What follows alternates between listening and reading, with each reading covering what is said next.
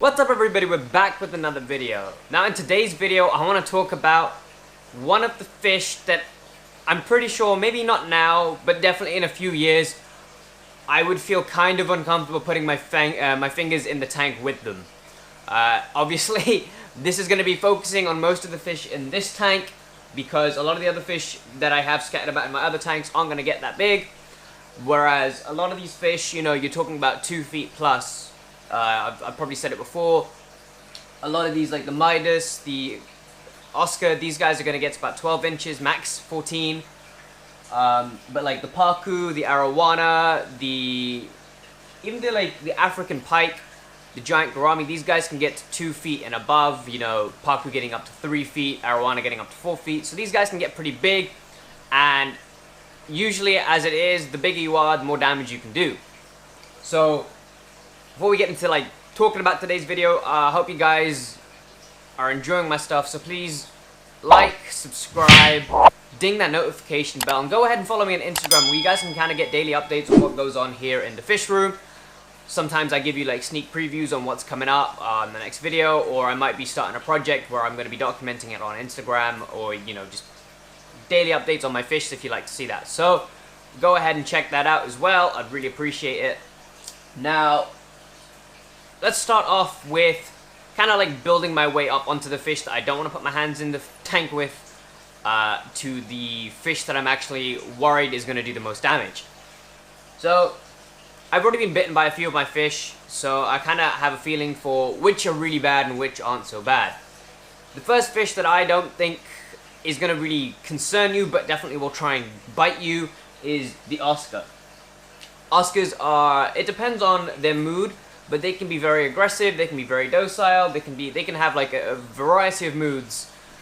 But when it comes to feeding time, they can be quite energetic, maybe not aggressive, but energetic. And sometimes if you try and hand feed, like I like to do sometimes, then they can go ahead and bite your fingers. The thing about them is I don't actually know if they have teeth, but when they bite you, it's more like, it's kind of a semi-hard, semi-soft, fleshy fabric hits you. It's not really painful or anything of the sort. It kind of just gives you a like, ooh, well, alright then, and then yeah, you kind of just move on with your day.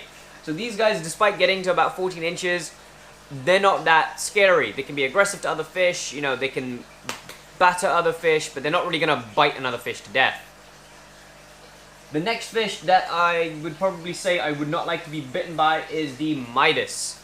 At the moment, the reason why the Midas is probably not higher up on this list is because he's teeny tiny at the moment, and I'm roughly 70% sure that this is a male. I'm going to do like an update on the Midas explaining why I think this, but these guys, I've been bitten by my flower horn, I've been bitten by him. They've got very similar needle-like teeth, and it hurts. It's kind of, it's like a very sharp sandpaper. It kind of sticks to you.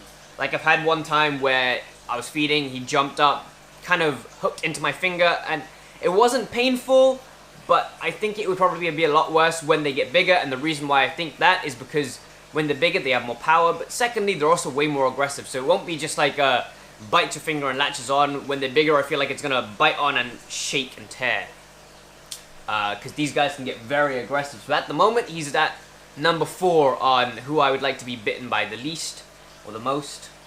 Least. But I think as he gets bigger, he's going to start to push his way up to the top. Now, number 3 is directly behind me, the albino giant Gourami. What to say, these guys, again, they don't have very big teeth.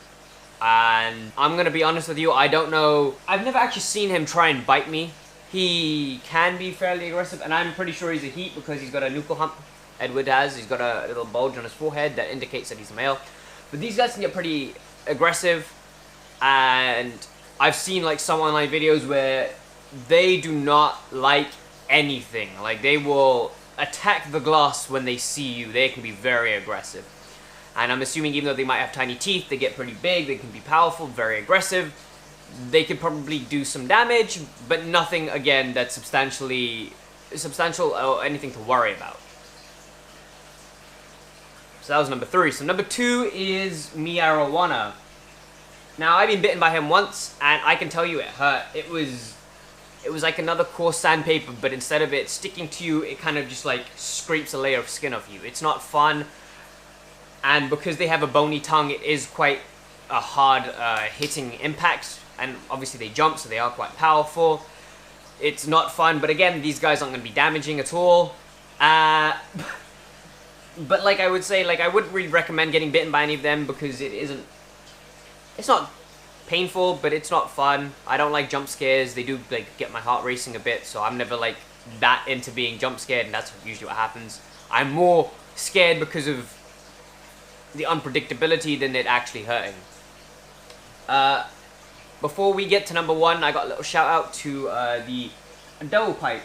Now, out of all the fish that I've mentioned here today, the Adobo pike is definitely one of the fish that had it gotten to about 4 feet in length, it would definitely be the fish that I would be the least comfortable putting my fingers in the tank with. It, out of all these fish, has actual teeth, like teeth that are made to sink into flesh and hold their prey in place whilst they try and devour them. That was very, very mellifluous. Anyways, since these guys are already going to max out between 12 and 24 inches, most likely at 12 inches in the home aquarium, he will never do anything that's scary. I don't even think he can fit his mouth around my fingers because he's just not that big. However, like I said, if you were to get to like 2 feet and above, then you know you're talking about something that could actually do damage to you, and it would definitely hurt. It would cause you to bleed a lot, and you know if it gets the wrong places, it can actually do some quite decent damage. You know, you might lose a bit of mobility in your fingers or something of that case. But at the moment, and probably in the foreseeable future, he's not gonna be able to do anything. So that leads us on to number 1, and the number 1 fish that I am probably the most terrified to get bitten by is the Paku. Now, out of all the fish here, the reason why I'm most terrified of the Paku is the fact that whilst a lot of these fish are primarily carnivorous in nature, the Paku is actually herbivorous, which you'd think wouldn't be that bad. The Paku eats a lot of seeds and a lot of nuts, where flesh tends to be softer. Nuts are quite a hard, you know, substance to try and crack. You know, take a walnut, you can't really break it with your hands. You have to use a lot of force. And these guys kind of have that force to crack, you know, Brazil nuts and stuff like that might fall into the water in the Amazon. Your finger, yes, it's nice and fleshy, but there is a hard part underneath your bone. Now, I doubt it. I really do doubt that a Paku is going to try and bite you and take your fingers off. I don't really think that that's what it goes through its head. But when these guys get into a feeding frenzy, I think it's very easy for them to mistake your finger as food, or to kind of not really look and just take a bite of something. And it could be very possible that they could bite a finger off. Very, very, very unlikely, but out of all the fish in this tank, the one that has the potential to do the most damage is definitely the Paku. Which is why when he gets bigger, I'm going to probably have to feed from a distance, you know, like not put my hands anywhere near the tank. Because these guys are vacuum cleaners, they eat and eat and eat, and they don't really care what goes into their mouth as long as it's edible. So they probably won't care if it is a finger, they'll probably still eat it. But yeah, that is it for today's video. I hope you guys have enjoyed today's video.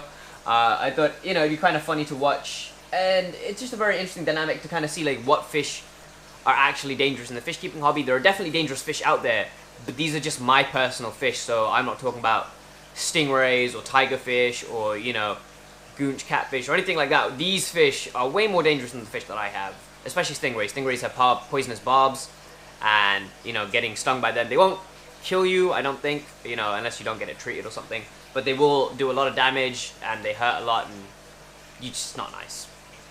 So yeah, I hope you guys have enjoyed today's video. I hope you guys are keeping safe, and as always, peace out.